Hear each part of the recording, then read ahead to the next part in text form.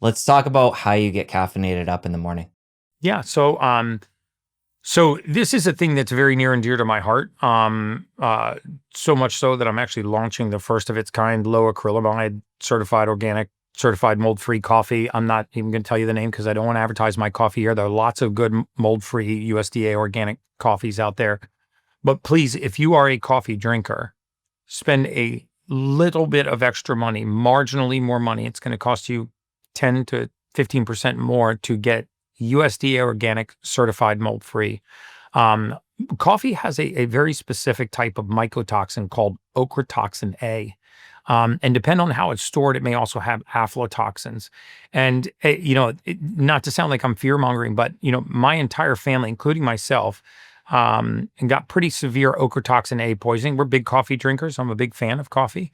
I was drinking a non-mold free coffee, and I was able to trace my ochratoxin A poisoning back to my coffee, and I eat a lot of nuts too. It was the way that I was storing the nuts, pine nuts and pistachios, the raw shelled ones, and so I got this ochratoxin. There's a test called a vibrant wellness test, and I know we're going to talk about testing later. It's a urine test that you can do. You can order the kit online and do it at home. There are other ones too. I just think this is the best one. You'll urinate into this container, send it to a lab, it'll come back. You will be astounded at what is coming out in your urine. And one of the things that I believe is the underlying cause of severe chronic inflammation, it's also an underlying cause in chronic autoimmune conditions, are these fungisoids, these ochratoxin A's, these aflatoxins, and these molds. I happen to live in the mold capital of the world. I'm in Miami, Florida, so we won the mold lottery here. So I know a lot about mold. I've written guides on mold detox and heavy metal detox. I've done challenges with 75,000 people, taking people through mold and heavy metal detox. I'm a big believer in getting those things out of the way so that your immune system can actually focus on policing itself, meaning policing us, rather than being distracted by these foreign pathogens. Well, let's talk about the I don't know if I specifics. answered your question or not. Well, I that think I was took a that was a U-turn good there. tangent, but let's come back to you in caffeine in the morning, what that looks like. Yeah, so I have a mold-free organic coffee that I get. I grind the beans, and then I put something in it called alkamind, which is just reduces the acid, but it has MCT oils in it. So I take a little bit of MCT oil. I take the alkamind. I'll take the perfect aminos, the Baja Gold sea salt, and hydrogen. I'll whack that back, and then I'll take another bottle of just hydrogen water when I go out for a run. And then I'll go out for a run. I'll usually try to also do some weight training because I noticed that, obviously, like everybody, the more cardiovascular exercise you do, the more weight it strips off your body. I have a tendency to get very, very lean. So I'll weight train when I'm done. And then when I get back, it's all about proteins and fats. So half an avocado, eggs, I'll drizzle extra virgin olive oil on there, which people are like, wow, isn't that a lot of fat? Yes, it's a lot of fat, a lot of protein.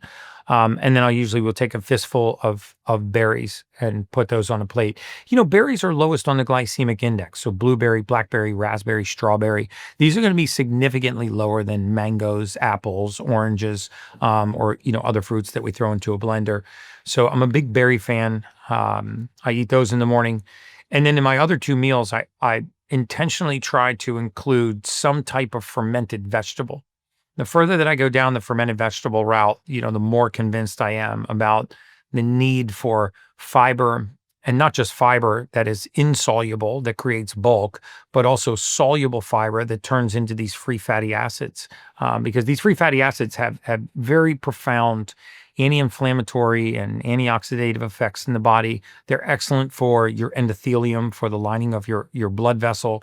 They're excellent to improve vascular laxity, that sort of garden hose kind of feel rather than a PVC feel to your vascular system. And so try as much as possible to get everything that I can from whole foods. And that's really where the research is, right? I mean, if you look at Blue Zones, or if you've read Dr. Walter Longo research from it's not Berkeley, it's UCF, I think in California, University of Central California. He's probably the leading authority on intermittent fasting and time restricted eating and fast mimicking diets. Wrote a book called The Longevity Diet. But when you really look at blue zones, there's no continuity in diets, right? So it wasn't dogmatic dieting that extended life. It wasn't keto, paleo, pescatarian, vegan, vegetarian, Atkins, raw food, carnivore. It was eating whole foods. It was the absence of processed foods, zero, that extended life. The two non-negotiables in those regions, all of them, were a sense of community and purpose and mobility into later in life. So if we actually follow the big data and not the dogmatic, Instagram influencers, then you would be following a whole food diet. You would incorporate mobility as a non-negotiable into your daily routine. And you would start thinking about restoring connection to Mother Nature, connection to each other. We think that we're connected through our iPhones. We're the most disconnected society in the world. So I try to spend, the summers out in Colorado, reconnecting with my wife, reconnecting with nature. I've built a community online, not just people that I Instagram to, but a community of VIPs, like-minded people that are helping each other reach their goals. And so developing community and sense of purpose, and mobility and whole foods, those are the secrets. I have every modality known to mankind. I've got hyperbaric chambers, I've got red light therapy beds, I got cryo chamber, I got hydrogen nano baths, which are all great. And before you buy a Ferrari, I would buy one of those. I don't have a watch problem or a car problem. I kind of have a biohacking problem. But not until you're just taking care of those foundational basics. Okay, so to come back to your morning, you're having your supplements, you're exercising, you're coming back having breakfast. Do you ever push that back after exercising and tighten up that eating window? And then as an adjunct there, when do you close your eating window at night? It's usually not longer than 12 hours. So I never stretch it out more than 12 hours. I'm usually back and eating around 8 a.m.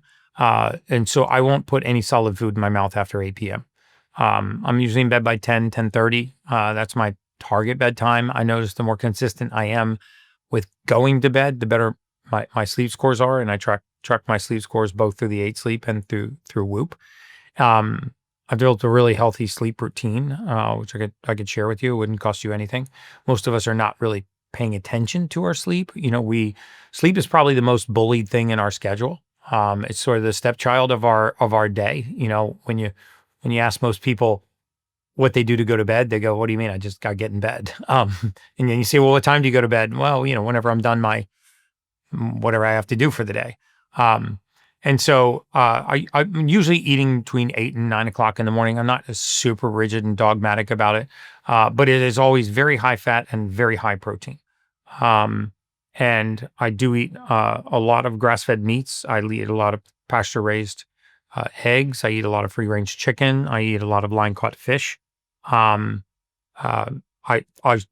share my labs to Instagram, every once in a while so that people can see. I share them to my VIP community regularly. I share my toxicity levels from urine and blood testing to show that, activating our natural detoxification pathways keeps everything from bisphenols and glyphosates to aflatoxins and ochratoxins and all of these compounds that are floating around in our blood very, very low. But most of us are not living a lifestyle of detoxifying. And there's ways to do that. And so yeah, that's my morning routine. If you enjoyed that clip, you're going to want to head over here and catch the full episode. I'll see you over there. I don't have a watch problem or a car problem. I kind of have a biohacking problem. Most people that are watching this podcast have forgotten what it feels like to feel normal. And they're walking around at about 60% of their true state of normal. And my hydrating, mineralizing, and dropping